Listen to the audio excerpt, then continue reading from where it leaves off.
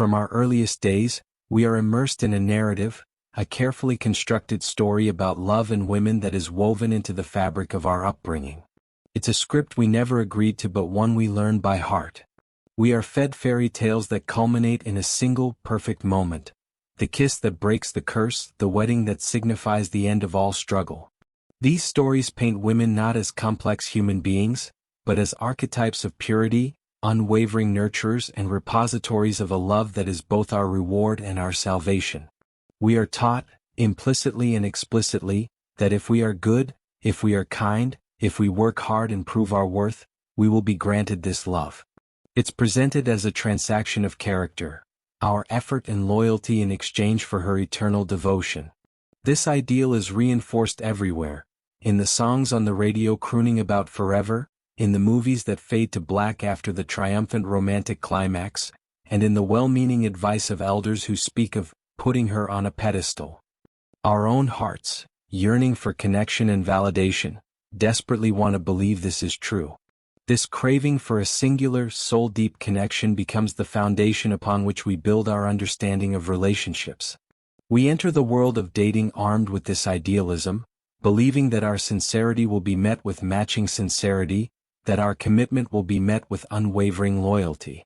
We operate on the assumption that the world of love functions on a system of fair exchange. This naivety is our original sin. It blinds us to the complexities, the contradictions, and the raw, emotional mechanics that actually govern human attraction and connection. We mistake the Hollywood fantasy for a user manual, and we are utterly unprepared for the reality that women are not mythical creatures following a script of eternal devotion. They are complete individuals with their own internal worlds, motivations, and emotional landscapes that are often vastly different from our own. The first crack in this idealized facade is often a small one, a confusing reaction, a contradictory desire, a moment of inexplicable coldness where we expected warmth. But the great shattering, the moment the entire illusion collapses, usually comes through profound pain. The gut-wrenching heartbreak that leaves you breathless, the betrayal that feels like a physical blow, or the quiet, soul-crushing abandonment where someone simply walks away from everything you built together. It is in this painful aftermath that the true education begins. We are forced to reconcile the fantasy with the reality. The lesson isn't that women are evil, broken, or stupid. That is the bitter reaction of a wounded ego. The true, sobering lesson is that they are simply different. Their psychology, their values, and their way of moving through the world of relationships operate on a different frequency. Their love isn't a monument built from logic and obligation, designed to stand forever. It is a living, breathing force, a current that flows according to the terrain of their emotions, capable of shifting direction without warning, rewriting its own history from one moment to the next.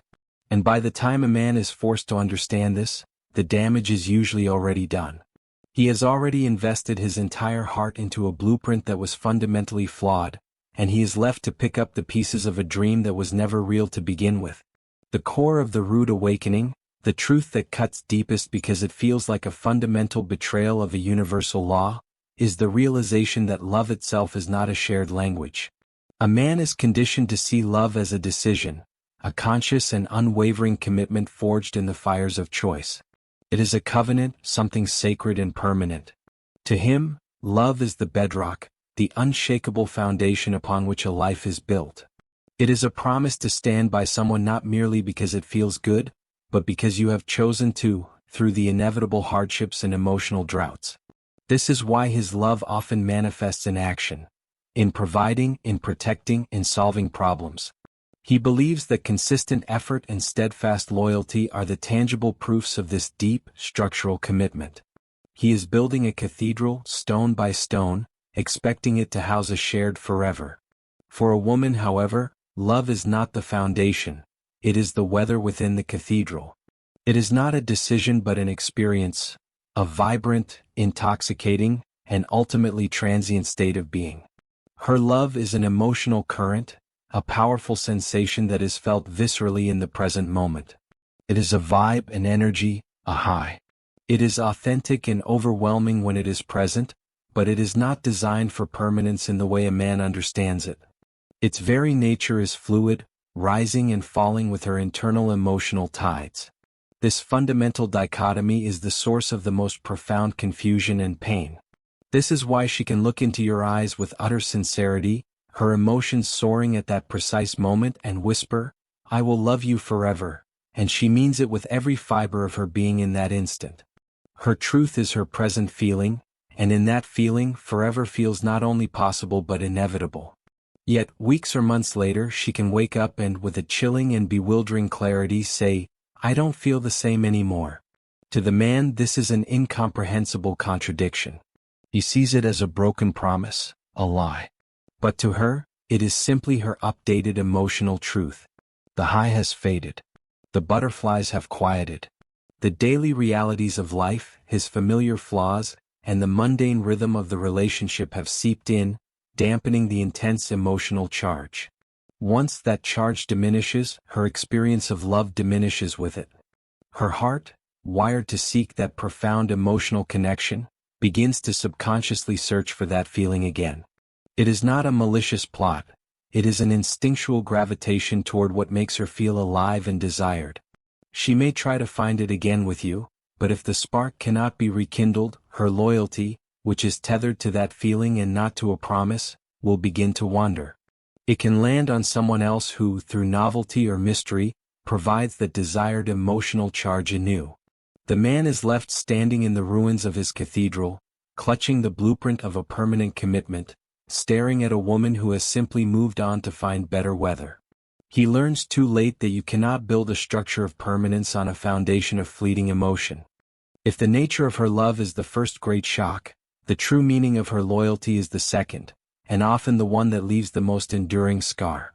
This is because men and women operate from two entirely different dictionaries on this subject, and by the time a man is forced to learn the translation, he has already built a life upon a catastrophic misunderstanding. For a man, loyalty is an unwavering principle, a non-negotiable pillar of his character. It is a force that is demonstrated and proven precisely when it is hardest to give. It means standing firm when the winds of difficulty howl, staying when every instinct screams to flee because comfort has been replaced by struggle. His loyalty is tested and solidified in the storm. It is a promise to hold the line, to be the anchor, to endure discomfort, uncertainty, and even temporary unhappiness for the sake of the bond and the shared history. He believes this is the universal currency of commitment, a silent contract that both parties have signed through their shared time and vows. What he fails to grasp is that her contract is written in invisible ink, only visible under the light of her present emotions. Her definition of loyalty is not rooted in steadfastness through hardship, but in faithful alignment with her emotional state. Her loyalty is not to him or to the relationship as an institution, but to her own sense of fulfillment. She is loyal as long as the relationship serves her emotional needs, as long as she feels happy, desired, and fulfilled, as long as the connection provides her with a positive and enriching experience. It is a conditional attachment, though it wears the brilliant disguise of devotion during the good times. This is why so many men are completely blindsided after years or even decades. He looks at the history, the shared struggles overcome, the memories built, and he thinks, "She would never betray me. She is too loyal." He has mistaken her contentment for a permanent pledge. But the moment her emotional landscape shifts, when the fulfillment wanes, the boredom sets in, or a new source of excitement appears, her loyalty, which was never the unshakable rock he believed it to be, simply follows her feelings. It migrates. The day she walks away, often into the arms of another, is not a day she sees as a betrayal of a promise. In her emotional framework, the betrayal happened earlier. He betrayed her by no longer making her feel the way she needed to feel. To justify this seismic shift to herself and the world, she must rewrite the narrative of the entire relationship. The happy years are retroactively painted as a period of quiet desperation. His flaws, once endearing, become intolerable burdens she bravely bore. She convinces herself, with the powerful engine of her present emotion, that she hasn't been happy for a long time. This isn't necessarily calculated lying, it is her emotional truth in the moment, and her reality bends to accommodate it. The man is left not only abandoned but gaslit by history itself, watching the story of his life be edited into a tragedy where he is the villain. He gave everything, bled for the relationship, built a world for her, operating on a code of conduct she never actually shared. By the time he sees the truth, he has lost not just the woman, but the very meaning he had assigned to loyalty, commitment, and love itself. The most devastating betrayal, the one that doesn't just break a man's heart but fundamentally shatters his faith in the concept of partnership, occurs at the precise moment he needs it the least but deserves it the most. This is the cruel paradox that every man learns through searing experience. A woman's loyalty is most likely to vanish not when you are at your peak, but when you are at your lowest. The entire foundation of a man's understanding of commitment is built on the promise of, through thick and thin. He internalizes this as a sacred vow, a bond that is tempered and strengthened in the fires of adversity. When he falls, when he loses his job, when he is gripped by a period of depression, when a family tragedy shakes him to his core, when he simply hits a rough season in the relentless grind of life, he instinctively turns to his partner. He sees this not as a weakness, but as the ultimate test of the union they have built. He expects, based on every story he was ever told and every promise she ever made, that she will be his shelter in the storm. He believes the struggle is something you face together, and that coming out the other side will forge an unbreakable connection. This is the moment, however, when the fantasy of the pedestal meets the hard ground of reality. For many women, a man's struggle is not a shared challenge. It is a disruption of the emotional ecosystem she requires. She didn't fall in love with a vulnerable, struggling man. She fell in love with the strength, certainty, and stability he projected. Your vulnerability doesn't inspire her nurturing instinct in the way you hoped. It often triggers her aversion to instability. She doesn't want to see you as human, flawed, and fragile. She wants to see you as her rock, her protector, the unwavering force in her life. When that image cracks, the very feelings of safety and desire that her loyalty is predicated upon begin to evaporate. Her loyalty is not to you, the man, in sickness and in health. It is to the feelings you provide. When you can no longer provide the feelings of strength and security, she doesn't see it as your time of need. She interprets it as a failure to meet her needs. It feels to her like a betrayal of the unspoken agreement. This is why her departure during these times feels so uniquely cold and transactional. It's not that she is malicious, it's that her emotional framework is pragmatic. She is following her core programming, which is to seek the best possible emotional environment for herself. Your storm is not something she feels obligated to weather with you. It is a negative condition that she has the right to escape. And in leaving, she will inevitably rewrite the story. Your period of struggle will be recast as a permanent character flaw. Your temporary need for support will be framed as weakness she can no longer tolerate. The man is left alone in the wreckage, not only dealing with his original crisis but now also grappling with the profound abandonment of the one person he believed was his safe harbor. He learns too late that her loyalty was never a vow to stand with him. It was a contract to enjoy the shelter he provided. And the moment the shelter developed a leak, she simply found a new one. A man's mind is a machine built for logic, for solving problems, for finding consistency in the patterns of the world. He approaches a relationship with this same toolkit, believing that with enough care, attention, and analysis, he can decipher the code to a harmonious and lasting partnership. This is what makes the inherent contradictions of female nature so profoundly baffling and, ultimately, exhausting. He is trying to solve a puzzle where the pieces constantly change shape. She will articulate a desire for a sensitive man, one who is in touch with his emotions and can communicate openly, and he will believe her. He will lower his guard, share his vulnerabilities, and strive to meet this stated need, only to find her attention waning, her respect subtly diminishing, as she becomes inexplicably drawn to a man who is more closed off, self-assured, and emotionally detached. She will speak passionately about her craving for stability, for a safe harbor from the chaos of the world, and he will take this as his mandate. He will build a life of routine and predictability, a comfortable and secure home, believing he is providing the very foundation she requested. Then he will watch in confusion as she grows restless within these same walls, her eyes wandering toward the excitement and unpredictability she claimed to reject, finding a strange allure in the very chaos he was working to protect her from.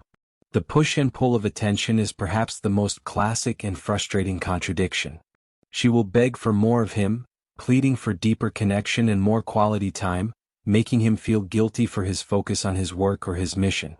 Believing he is doing the right thing, he will pivot, sacrificing his own time and energy to shower her with the attention she demanded. Yet, in doing so, he often triggers the opposite reaction. His constant availability can read as neediness. His prioritization of her over his own goals can be interpreted as a lack of ambition or strength. She pulls away, now feeling suffocated by the very attention she begged for, her desire paradoxically fueled by the challenge he presented when he was less available. A man will spend years, even decades, caught in this labyrinth trying to decode these mixed signals. He will have endless conversations, read books, and analyze every word and gesture, convinced that there is a secret formula, a perfect balance of traits and behaviors that will finally make it all make sense and secure her unwavering love. He will think, if I can just understand what she wants, I can become that man. This is the great trap. The futile attempt to logic his way into consistency with a force that operates on an entirely different wavelength. Her world is not built on the bedrock of reason. It is a landscape shaped by the ever-shifting weather of her emotions. What feels true to her in the passionate heat of a moment may feel entirely false in the calm light of the next day. These contradictions are not calculated deceptions. They are the natural byproduct of a reality where feeling is the ultimate truth. The lesson, which always arrives too late, after a man is already exhausted and disillusioned from the endless effort of trying to solve an unsolvable equation, is that he was asking the wrong question entirely. The goal was never to understand her contradictions, but to understand that they are not a problem to be solved. The more he contorts himself, trying to be the sensitive rock or the predictable adventurer, the more he loses his own core identity in the process. He becomes a reaction to her emotions rather than a man grounded in his own principles. And in that loss of self, he forfeits the very thing, authentic, unwavering strength, that is the true and lasting source of attraction. In the lexicon of love, few words carry as much weight or are as fundamentally misunderstood as the word forever. When a man speaks this word, he is making a solemn vow, a promise etched not in feeling but in will. His forever is an architectural term. It describes a structure built to endure. It is a commitment that is meant to transcend the fluctuating emotional weather of daily life. It is a decision to stay not because it is easy or because the feeling of euphoria is constantly present, but because his word is his bond. His concept of forever is tested and proven through pain, through change, through struggle, and through the inevitable storms that threaten any long-term union. He believes this vow is the bedrock, the unshakable guarantee that allows two people to build a life together, secure in the knowledge that the foundation will not vanish with a shift in the wind. He hears a woman say forever, and applying his own dictionary, he hears this same unbreakable oath. He takes it as a covenant, a mutual agreement that you are both building something permanent. This is his fatal error. For her, forever is not a promise of permanence. It is a poetic and utterly sincere description of the intensity of her current emotions. It is an emotional truth, not a factual one. It means, I cannot imagine ever not feeling this way, because in this powerful moment, the feeling is so all-consuming that it feels eternal. Her reality is rooted in the present tense of her heart, and in that present, the feeling is everything. Because her internal state is fluid, her truths are fluid as well. Her forever can be a period of days, months, or years. It lasts precisely as long as the emotional conditions that created it remain in place. This is why so many men are left utterly shattered. He has spent years, perhaps decades, laboring under the assumption that they were co-building a castle on a foundation of mutual permanence. He has invested his time, his energy, his loyalty, and his identity into this project, believing her forever was the same as his. Then, when her feelings inevitably shift, when the intense passion settles into a quieter companionship, or when life's pressures dampen the excitement, or when someone new sparks a different feeling, her forever expires. It does not feel like a lie to her, it feels like an honest update. The truth she felt then is not the truth she feels now. The man is left standing amidst the rubble of what he thought was a stone fortress, watching as it dissolves like a sandcastle under the tide of her changed emotions. He is not just losing a partner, he is losing the entire shared meaning of their history. The promises, the plans, the whispered dreams in the dark, all of it is retroactively invalidated by the simple phrase, "I don't feel the same anymore." He realizes far too late that he was building on sand. He mistook a weather report for a geological survey. Her forever was never a guarantee of the structure's longevity, it was just a beautiful, heartfelt description of the sunshine on the day they laid the first brick. And by the time he understands the difference, the tide has already come in. One of the most sophisticated and ultimately devastating aspects of a woman's emotional architecture is her profound ability to perform. This is not necessarily a conscious or malicious deceit. It is more a function of her innate connection to her present emotional state. She can play the role of the perfect, devoted partner with stunning authenticity for as long as her emotions are fully engaged and the relationship continues to serve her needs. This performance is a holistic experience for her. When she feels love, she naturally expresses it through action. She will cook your favorite meals, speak words of affection that feel utterly genuine, plan a future with enthusiastic detail, and show up with a devotion that seems unshakable. To a man who operates on a model where actions are a direct reflection of internal, permanent commitment, these signals are read as unwavering loyalty. He believes that consistency in behavior guarantees consistency in intention. He sees the daily performance of partnership and thinks, "This is proof. She is as invested as I am." The catastrophic misunderstanding lies in the fuel for this performance. For him, devotion is the fuel. It is the internal engine that generates consistent action regardless of external conditions. For her, the performance is fueled by her emotions. It is an outward expression of an inward feeling. When that feeling is strong and positive, the performance is brilliant and convincing. But when her emotions begin to change, when the connection feels less electric, when resentment builds, when her attention is drawn elsewhere, the performance doesn't immediately cease. Instead, it enters a twilight phase.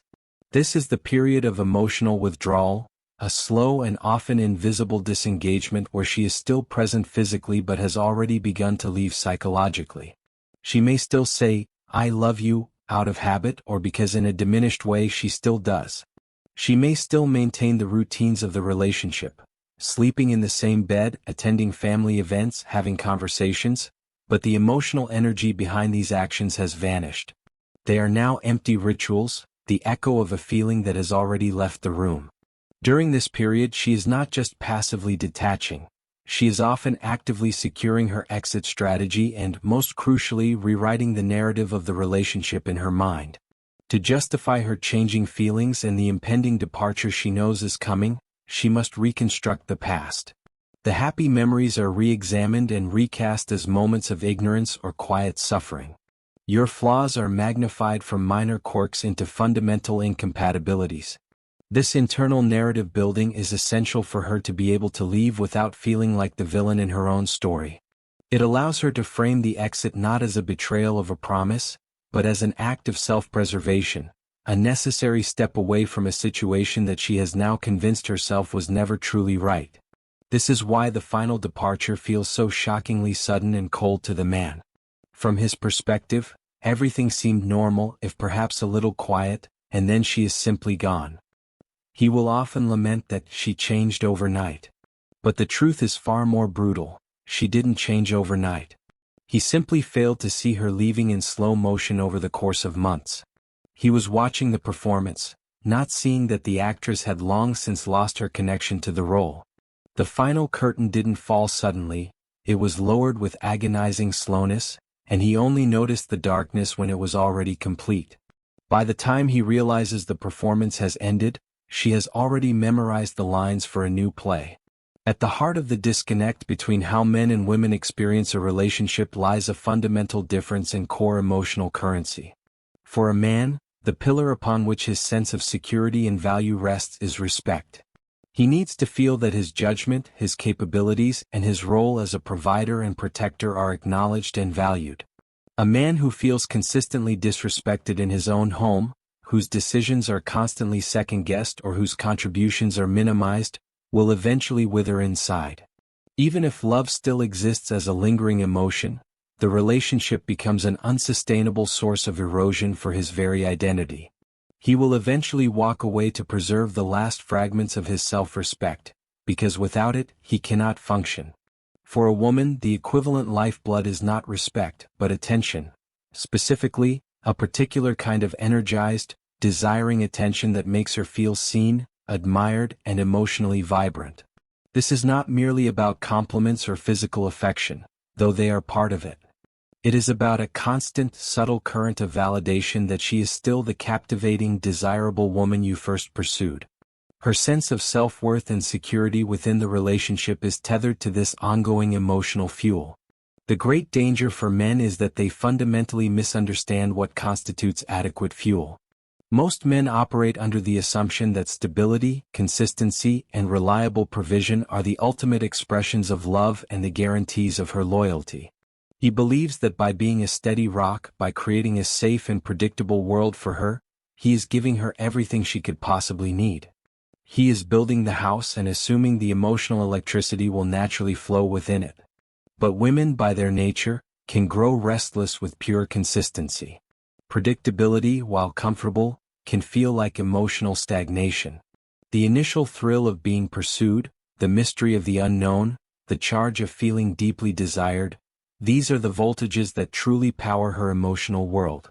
If your attention becomes routine, functional, or focused solely on the logistics of shared life, it ceases to be that exciting fuel. It becomes background noise. Once this happens, her emotional connection to you begins to dim. Her loyalty, as established, is not to you as a person but to the feelings you elicit. When you are no longer the source of those feelings, her loyalty, in its emotional definition, begins to waver. This is when the search for validation can begin elsewhere. It may not start as a conscious decision to betray, it may begin as an innocent craving for that old feeling of being exciting and new.